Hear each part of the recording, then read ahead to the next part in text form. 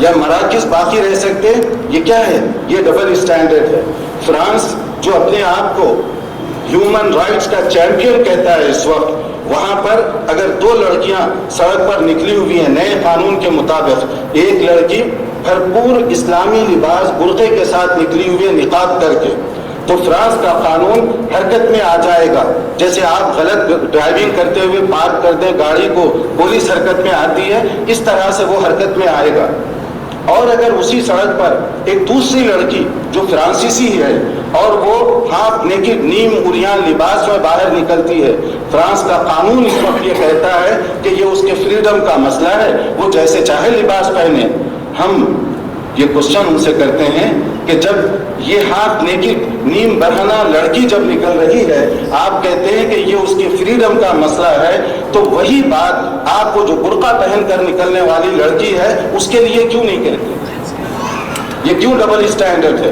اسی طرح سے اور مختلف موقعوں پر جو چیزیں دیکھنے میں آئیں، مگر اس سے مایوس ہونے کی قطعاً ضرورت نہیں ہے۔ اللہ کا دین ہے، اور اللہ کا دین وہ کس طریقے سے پھیلے گا اور کس طریقے سے وہ پھیل رہا ہے، اس میں آپ کو مایوس نہ ہو۔ ایک میں مثال دیتا ہوں کہ دین کہاں کہاں پھیل رہا ہے اور کیسے پہنچ رہا ہے، کیونکہ یہ داعیان دین کی مجلس ہے، تو اس اعتبار سے مایوس ہونے کی کوئی بات نہیں۔ اللہ کا دین ہر سطح پر، ہر لیول پر، دنیا کے ہر حصے میں پھیل رہا ہے، ورنہ کون کہہ سکتا تھا برطانیہ کا سابق پرائم منسٹر اس کے گھر میں اسلام داخل ہوگا، اور نہ صرف اس کے گھر میں داخل ہوگا بلکہ اس کی سسٹر ان لا، نسبتی بہن سالی، اس نے ایک عجیب سا بیان دیا۔ اس نے کہا کہ میں پہلی مرتبہ جب مسجد میں جا رہی تھی تو میں بطور صحافی کے رپورٹ کرنے جا رہی تھی مسلمانوں کے خلاف، میرے ذہن و دماغ میں زہر بھرا ہوا تھا، اسی جذبے سے میں اندر گئی، اور جب مسجد میں گئی تو ہم تو یہ مسجدوں کو عام مسجدیں سمجھتے ہیں، مگر یورپ والے اس کو سکون اور راحت کا ذریعہ سمجھتے ہیں۔ تو وہ جب گئی تو مجھے معلوم نہیں، کچھ کیفیت ایسی طاری ہوئی کہ گویا ایک زمانے سے مجھے جس سکون کی تلاش ہے وہ یہاں ملا۔ کچھ دیر میں وہیں بیٹھی رہی، معلوم نہیں کیوں یہ کیفیت مجھ پر طاری تھی، یہاں بیٹھی رہی، اور جب مسجد بند کرنے کی بات آئی، یہ فلسطین کی وزٹ کی وہ بات بتا رہی ہے، تو پھر اس نے کہا کہ میں نے مسجد بند کرنے کے لیے جو آدمی آیا، کہا اگر آپ کو اعتراض نہ ہو کچھ دیر مجھے مزید یہاں بیٹھنے کا آپ موقع دے دیجیے۔ تو اس نے کہا اگر آپ کو کوئی فائدہ ہے تو بیٹھ جائیے۔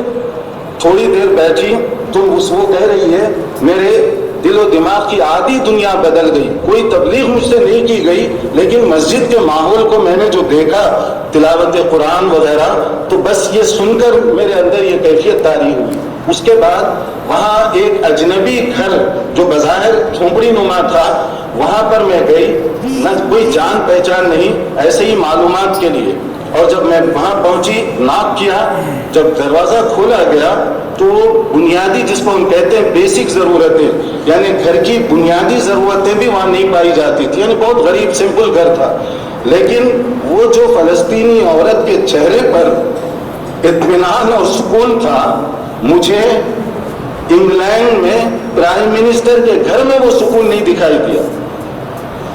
تو میں اس سے پوچھ رہی تھی کہ تمہارے گھر میں تو کوئی بنیادی ضرورت کی چیزیں بھی نہیں ہیں، یہ سکون اور اطمینان تمہارے چہرے پر کیا ہے؟ تو اس نے مجھے ایک ہی جواب دیا جو میری دل کو، دنیا کو بدل دیا۔ اس نے کہا یہ سکون اللہ کو یاد کرنے کے لیے ہوتا ہے، اللہ کو یاد کرنے کے نتیجے میں ہوتا ہے۔ اللہ بذکر اللہ تطمئن القلوب۔ وہ کہتی ہے میں گھر سے یہ فیصلہ کر کے نکلی کہ اب میں اس دین کے خلاف نہیں، اس کی فیور میں کام کروں گی۔ آج کے بعد سے میں اس کے لیے یہ تبلیغ کروں گی۔ اور اسی طرح سے دوسری ایک آخری میں مثال دوں کہ مایوسی کی قطعاً کوئی بات نہیں، ورنہ کون کہہ سکتا تھا۔ کل سوئٹزرلینڈ میں یہ ایک موومنٹ چلی تھی کہ یہاں کی مسجد کے مینار نہیں بنائے جا سکتے، مسجد کے مینار، کیونکہ اذان کی آواز ہمارے دل ڈبا دیتی ہے، تو اذان بلند آواز سے مت دیا کرو، اندر دے دو مگر مینار سے مت دو، اور مینار کی تعمیر مت کرو۔ سوئٹزرلینڈ میں اس کے لیے موومنٹ چلی، تحریک کامیاب ہوئی، اور قانون بنا دیا گیا کہ سوئٹزرلینڈ میں مسجد کے مینار بلند نہیں بنائے جا سکتے۔ اس کے بعد حسن اتفاق، یہ حسن اتفاق اس قانون کے بننے کے بعد جو اس تحریک کا لیڈر تھا اس نے سوچا کہ میں نے تو یہ سب کچھ کیا، اب اسلام کا بھی میں مطالعہ کر لوں، اور جب اسلام کا مطالعہ کیا تو اس نے کہا کہ مجھے دیر ہو گئی، بہت پہلے مسلمان ہو جانا چاہیے۔ اب وہ کہتا ہے کہ مجھے زندگی بھر یہ صدمہ رہے گا کہ میری وجہ سے مسجد کے مینار پہ پابندی لگی اور میں خود اسی مسجد کا نمازی اب بن گیا۔ تو یہ مایوسی کی بات نہیں، امید کی بہت سی کرنیں اور بہت ساری چیزیں آپ کے انتظار میں ہیں۔